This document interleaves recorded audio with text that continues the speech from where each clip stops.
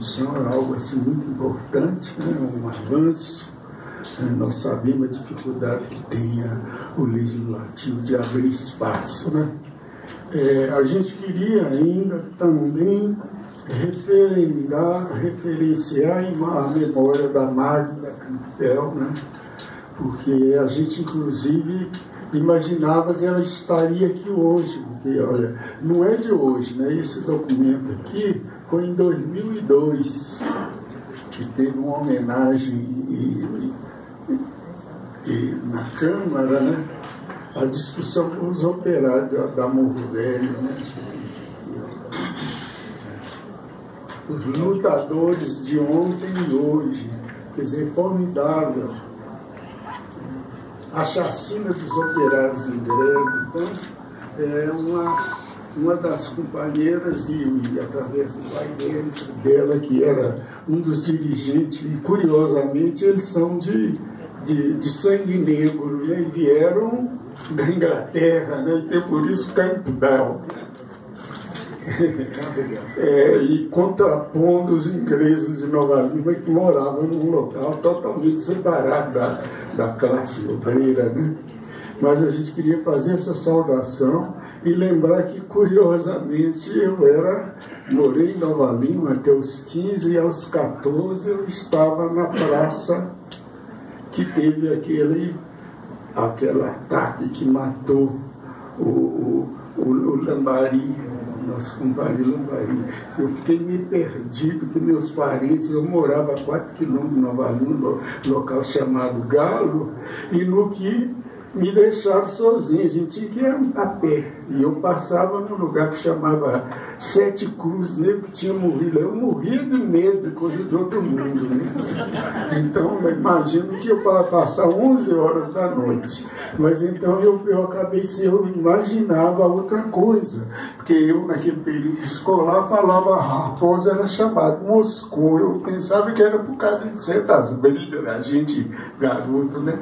Só mais tarde a gente vai ver que essa história que a comissão está levantando, no fundo, é a grande história, talvez uma das mais importantes histórias que nós temos ao lado de Santos e Niterói, do Partido Comunista Brasileiro, no meio operário.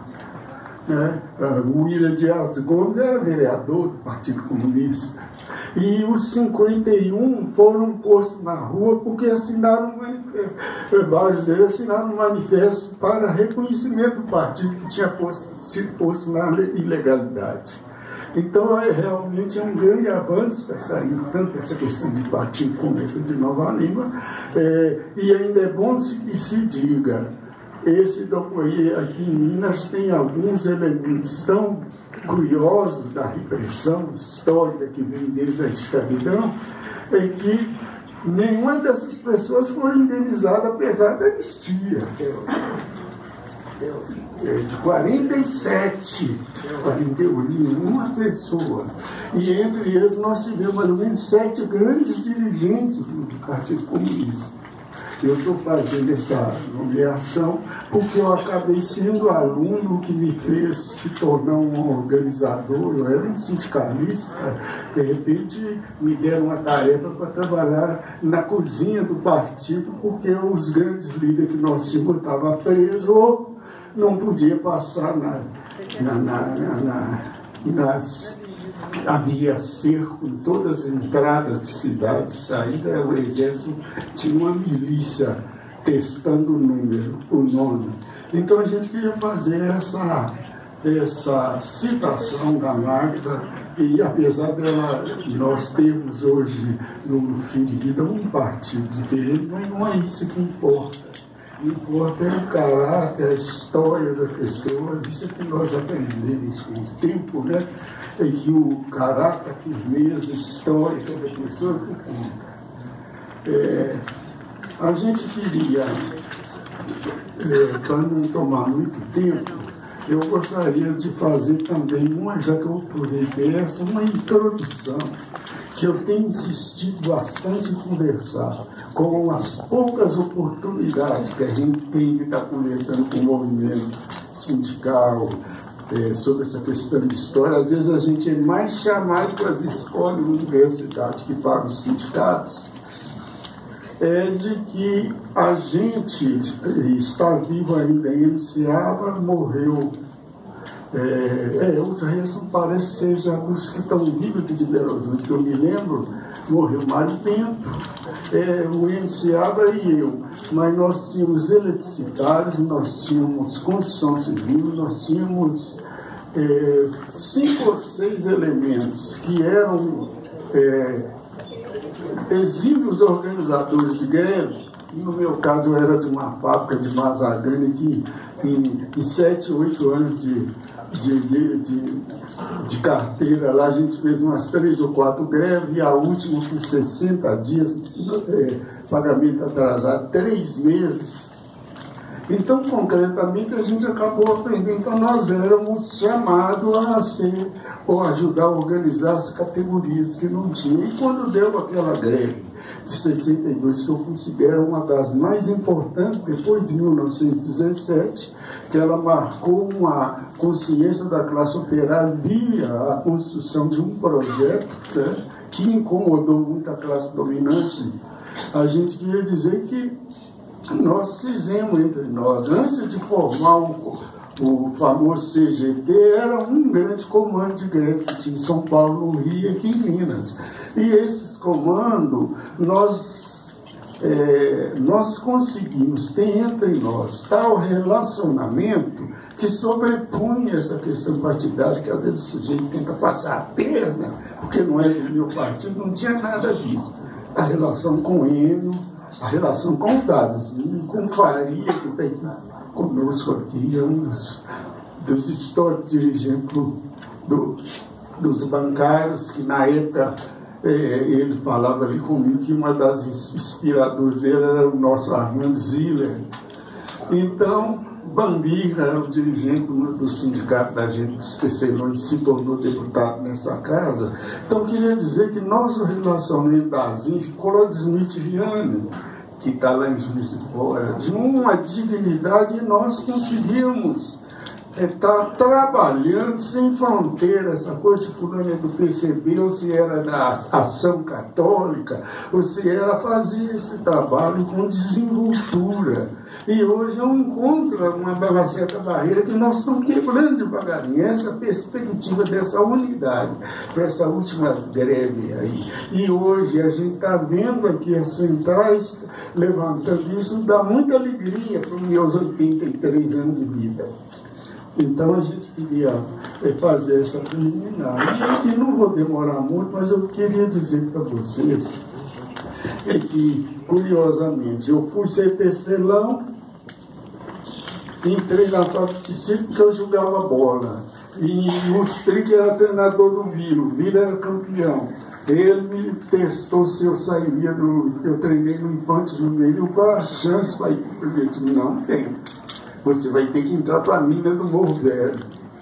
Depois de uns 2 ou 3 anos, conforme foi, a gente aí eu saí fora. Arrumei um emprego na fábrica de circo para jogar bola. E, de repente, entrei para o movimento sindical, com a ajuda do Bambirra e outros companheiros, lá para os anos 60, 58. Então, concretamente, quando deu o golpe, fui caçado. Eu já era afiliado ao partido desde 61, mas fui caçado mais pela minha atuação como sindicalista e principalmente como vereador de Sabará, que tinha sido eleito. E certas pirraças da própria empresa, cujo dirigente passa a ser o ministro do Trabalho, Luiz Gonzaga, do Nascimento Silva, por meu azar. É uma indústria pequitita e em crise, de repente, pelas características que tem os bastidores da direita, ele subiu a situação de ministro do Trabalho. Mas então a gente queria dizer o seguinte, que minha vida iria, eu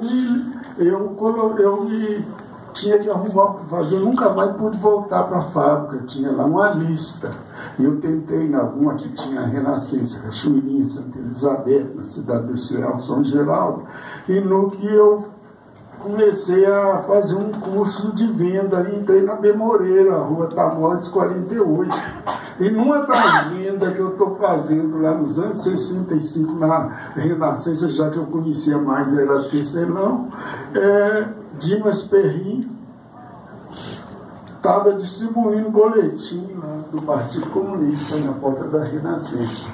E foi aí que eu tive o primeiro contato. E a turma, então, colocou, olha, você é um sindicalista, nós estamos precisando de um militante disciplinadíssimo e organizador capaz de te ajudar a gente, e nós precisamos de criar um grupo de 5 ou 6, que nenhum de nós eram os dirigentes de Nova Lima. Anélio Marques, para dar um exemplo, Manuel Correia, tinha mais uns 3. E aí o Anélio Marques tinha feito um curso de quadro na União Soviética. Era um semi-analfabeto que conhecia de filosofia e de economia política como poucos professores. Pelo menos que diz respeito a essa visão, né, progressista da ciência. Mas aí o Anélio, a gente passou por esses trabalhos de formação, e a tarefa nossa era justamente tentar reorganizar, porque ninguém acreditava naquele movimento sindical que estava sob intervenção, bancários, tecelões, metalúrgicos, intervenção. E o partido reuniu nos anos 65 cerca de 30 dirigentes do Comitê Central, entre eles Marighella, Prestes, todos esses, e chegaram à conclusão que não tinha como resolver a emblemática da ditadura senão com um grande movimento de massa. Enquanto no interior do partido alguns julgavam que era pela luta armada imediatamente. E nós, aí veio passar para a companheiro Janché, aí é um cara que sabe trabalhar essa área sindical.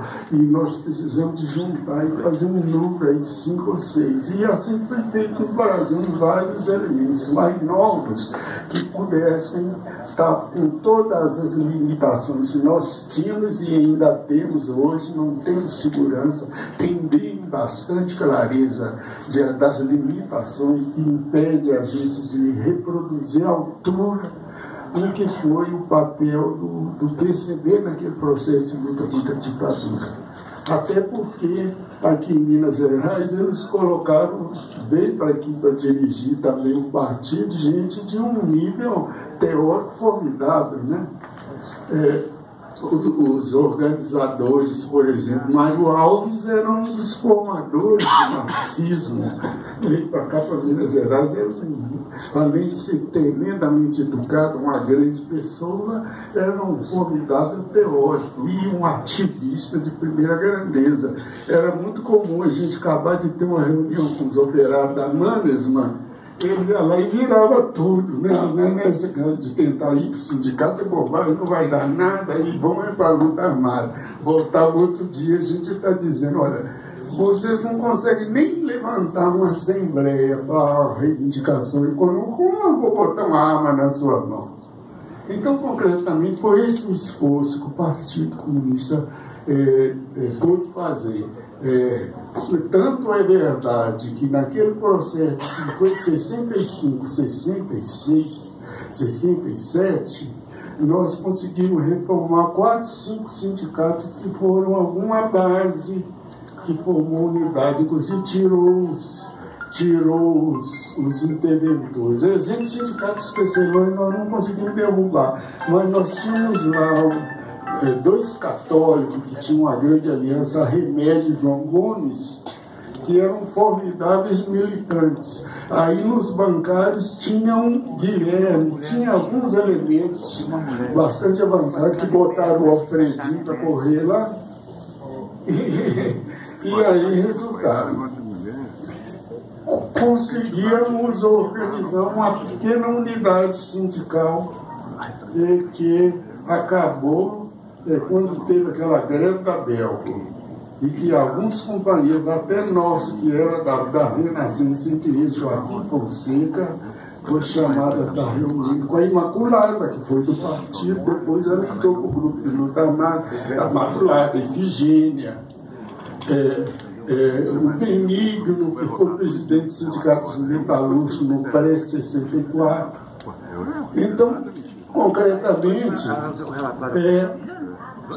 a gente conseguiu também ter, a gente sabe que teve outras correntes, provavelmente Polop e outras, AP, mas nós também reuníamos ali perto da Fundação Valdomiro Lobo, quer dizer, nós tínhamos um bom comitê municipal na cidade industrial. Um deles era Luiz Dantas, que era do grupo de greve que nós tínhamos.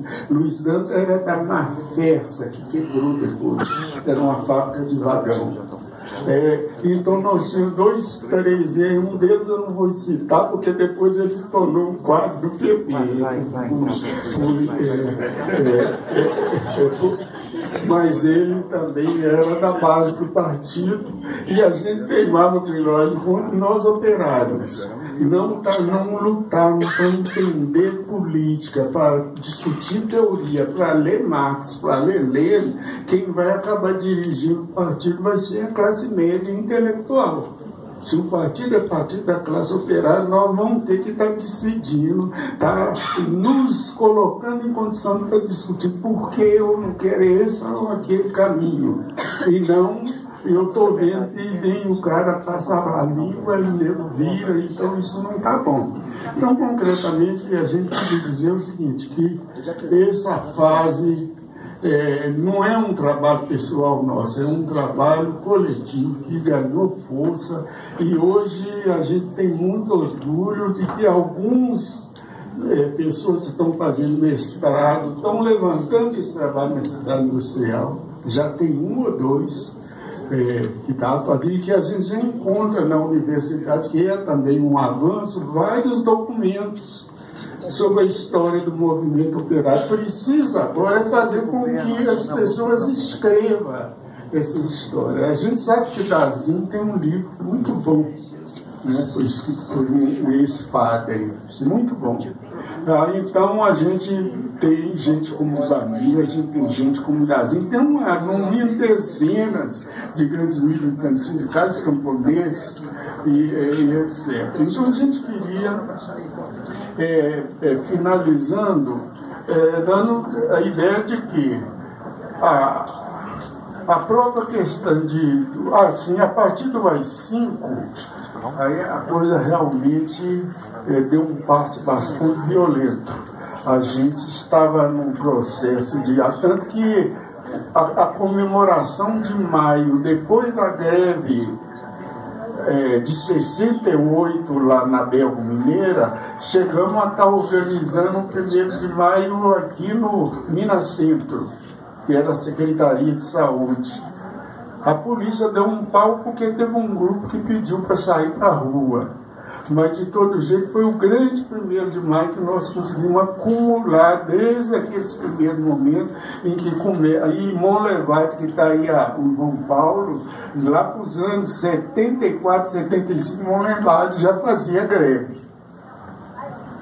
Talvez Monlevade tenha sido um dos sindicatos que deu exemplo e trouxe experiências de encontro para algum pessoal, inclusive, ao que eu sei, até de São Bernardo, que tinha um encontro aqui para estar pegando as experiências, como vier buscar a experiência como teve uma greve no mesmo período lá em São Paulo, mas aqui vieram buscar também com relação à Belgo Mineira e os metalúrgicos.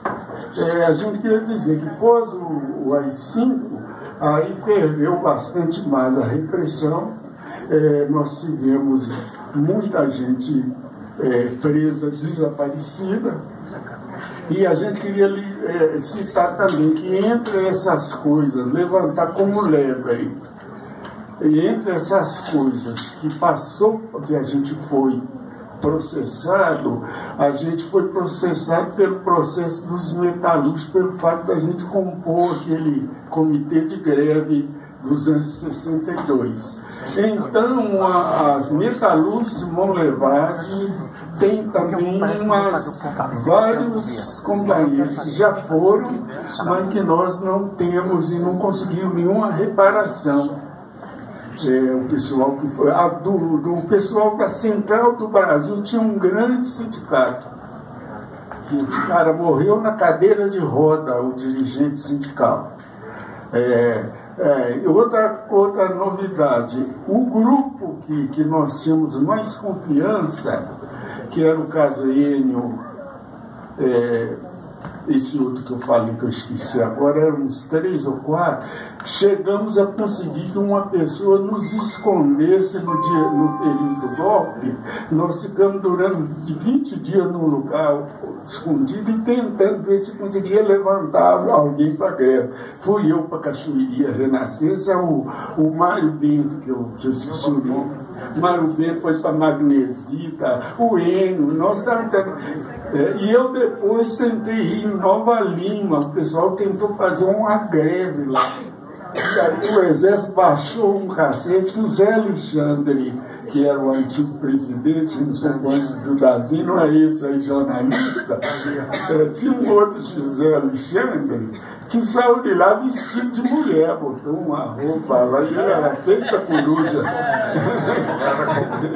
Vestido de mulher para sair, não tinha saída por aqui, era a estrada velha, com uma louca dura para passar entre a tropa do exército e mostrar documento lá, não sei como é que ele arrumou, viu?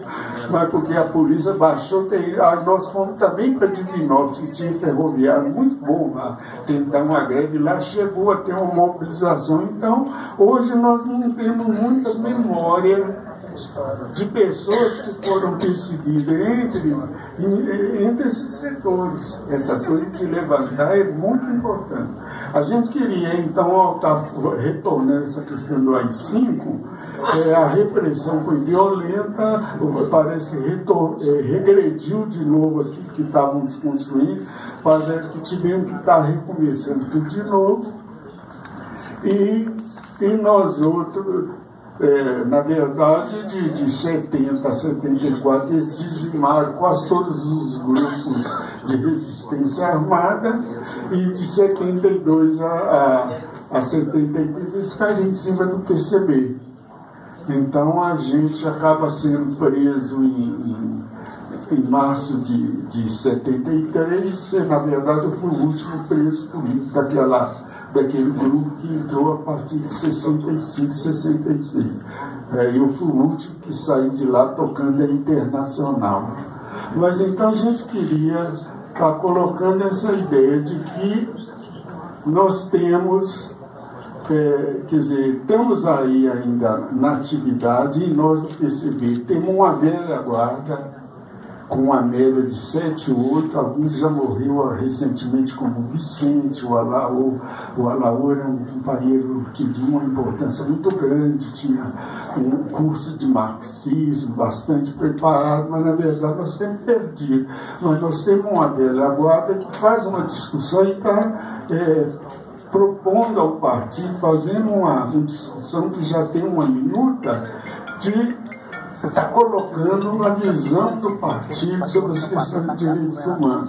E, inclusive, levantando algumas críticas de que, às vezes, uma boa parte da militância que está, como foi até dita aí, ela se prende à institucionalidade. E aí cai naquela questão do discurso burguês, né, então, na verdade, não tem muito interesse em apurar. Tá. E para dar um caso concreto, eu sou testemunho ocular do desaparecimento de Nestor Vera, que era vice-presidente da Confederação Nacional do Salvador da Agricultura. Quando nós tínhamos batalhando, inclusive no meu processo, eu botei bem aberto, mandei para o Ministério da Justiça para que a coisa ficasse fora. Quando apareceu uma prova bem concreta, nós não achamos institucionalmente as pessoas querem procurar um cemitério clandestino que o cara confessa que tinha dado tiro. Escreveu, foi antigo. Então a gente queria dizer que a gente precisa de mexer lá nas unhas, lá no setor que foi imexível, que era o setor da extrema-direita. Parece que tem gente até rondando por aqui hoje. Era a extrema-direita fascista, que matava, que torturava, que de certa maneira foi anistiada. E nós não conseguimos botar nenhum deles na cadeia. E todos rodam por aí. Então a gente gostaria de fazer com que a coisa tentasse ir mais fundo, porque se nós mantermos o esquema militar da repressão se mantém.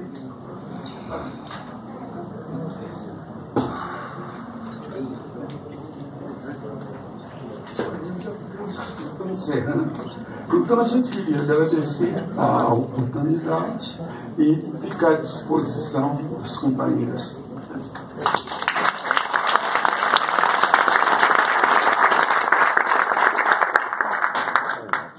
Nós agradecemos o Zé Francisco, viu, Zé Francisco? A vontade de ficar a tarde toda te ouvindo, mas infelizmente tem muita gente para falar, viu? Pessoal.